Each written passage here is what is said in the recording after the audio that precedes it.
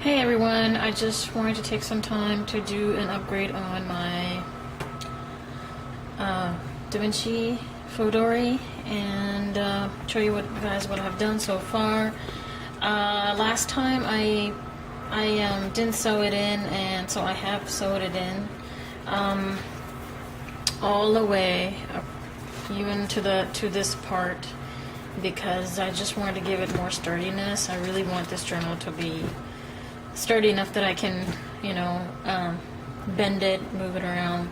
So sewing it an extra step really does help make it sturdy. And the next thing that's different now is that I actually cut through the leather and made this design. Basically, I just follow the line of the flowers and the pattern, and it just looks really, really nice this way. So I really like how that turned out. Now, first I had it glued. I had it this part glued, but the glue was coming off, and because I didn't use a good glue. For leather, you really have to use some specific kind, or super glue. I guess that would work.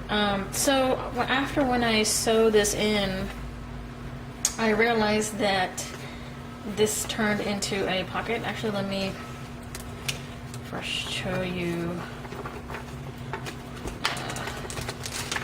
There you go.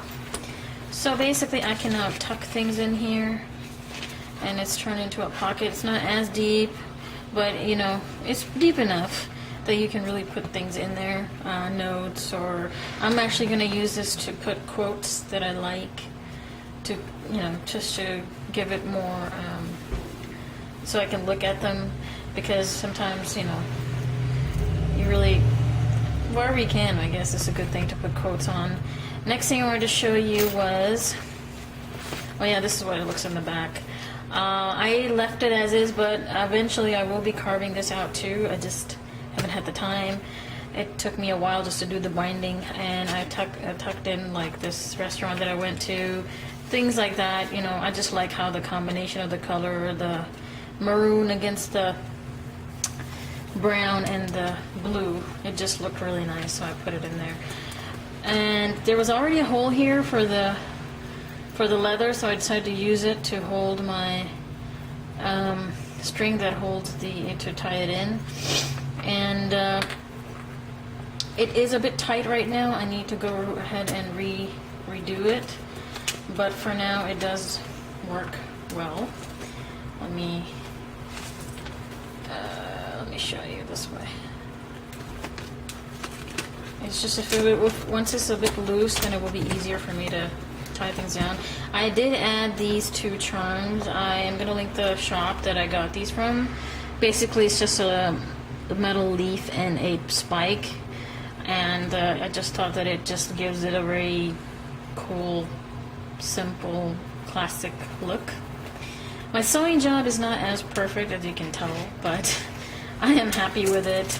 I have done additionally a lot of staining to make the leather darker and over here, so it will eventually, I don't know how it will turn out, the staining, but I'm gonna little by little keep adding the staining to it, because I want it to look like an old used journal. I did some aging effect right here. I'm gonna probably put more spots around it. I really want it to look that it's been used. Now, one of you asked me how to show you how I did the binding, and I will do that in a bit.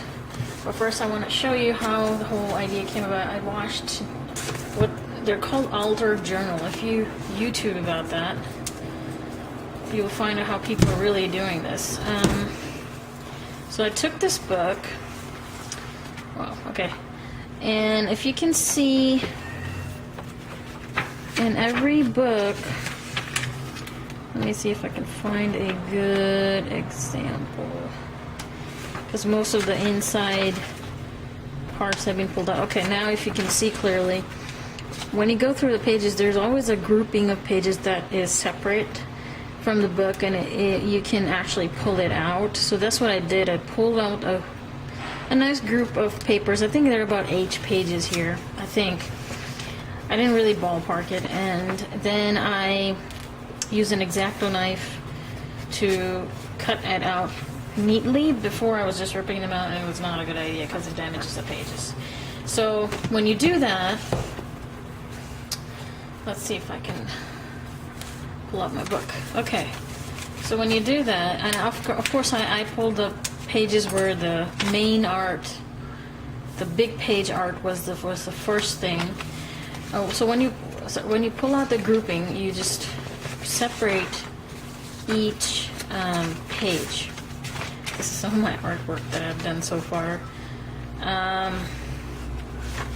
So I pulled all of them apart, and this is inside it. You see there's other paper here. That's the journal that I had sitting around that I was not using. Some text that I wrote, and this is it. So what I did, I took out all the groupings of the paper and separated them. Then I took all the journal papers, and then I counted how many papers I want to use to make a booklet. And what I did is, in total, I'm using 8. And if I feel like I need to add things, like over here, I added some random things. And this is a pocket, by the way. I think it was I made this pocket, I don't know why, but so this is how I got the booklet, how I made the booklet. In the book itself, let me show it here. So see, I still have some spots open that I need to bind, and I'll show you one of the binding. It's really tough for me to show. If I had picked a really thin leather, then it would have been easier for me to work with this, but it's just not, because the leather was so thick. Okay, so now the only thing that I think is important when you make a journal is, in Dori, the reason I think is so popular is because you can move things around. Like, I have this section, it is only held by elastic, one elastic. And if I get tired of something, or if I feel like, okay, you know what, I want this sketch somewhere else, so I can just pull the paper out and put it somewhere else. If I want it back in there, I can just put it back in there. Little tweaks here and there, and that. The elastic, you just have to make sure it's not too tight, but it's not too loose either, because you want it where, like, this one is a bit tad loose, but I don't mind that, because once you put more books together, it does stop it from moving. Let me figure this out. There you go. I always forget I have paper clips. See, this is fine, but when you shake the book, it's not moving, which is what you want. So I will be doing a quick video to show you now how I did the binding. Figured out there's no easy way to show this, so I'm gonna do my best. Camera angles and things like that just not easy to figure out. Okay, so the items that you're gonna need to do the binding is, first, have a cutting board or something underneath. You need a hammer and a screwdriver, or any needle, or not needle, a nail, to punch holes through the leather. Or what you do is you just put that nail at the spot that you want to put a hole, which in this case is, let me first show you the way the elastics look like. This is one elastic right here, and this is the top part of the elastic, and that is the bottom part of the elastic where the knot is.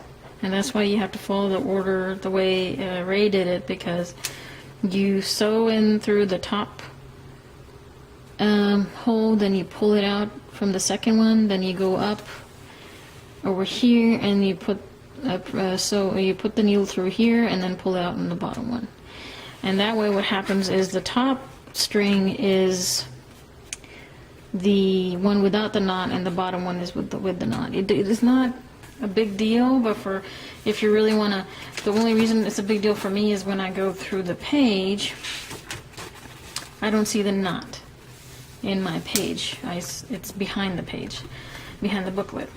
So since I am using a regular needle to do this process, it requires me to push the needle through, and my leather is really thick, it's not thin. And then I have a cardboard on top of it, so for me to push the needle through with my hand is just painful. So I have this thing, I think I got it from something, I'm not even sure. It's just a wooden piece that I use to push the needle in, and it helps me with that process.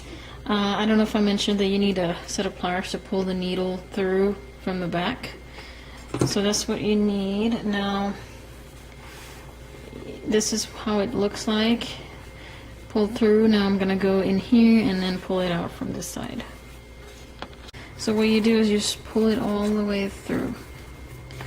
You just want to leave a little bit behind because that's what you're going to use as one end for your knot. So I leave this much behind right here. Now I'm going to go and to this part.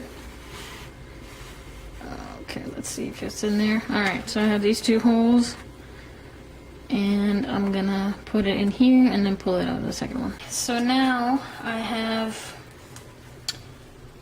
put the thread through here and I'm pulling it out right now on the second hole to tighten it up. So all the extra, now what you have, this is what it looks like from the back, like this. So now what you have is a string coming from the second bottom hole and string coming from this end from the top. And now you can just, at this point, stretch the elastic to see how loose you really want it. This is pretty good enough, pretty good for me to fit the books in. Gives me enough space. And I'm now gonna go ahead and tie a knot.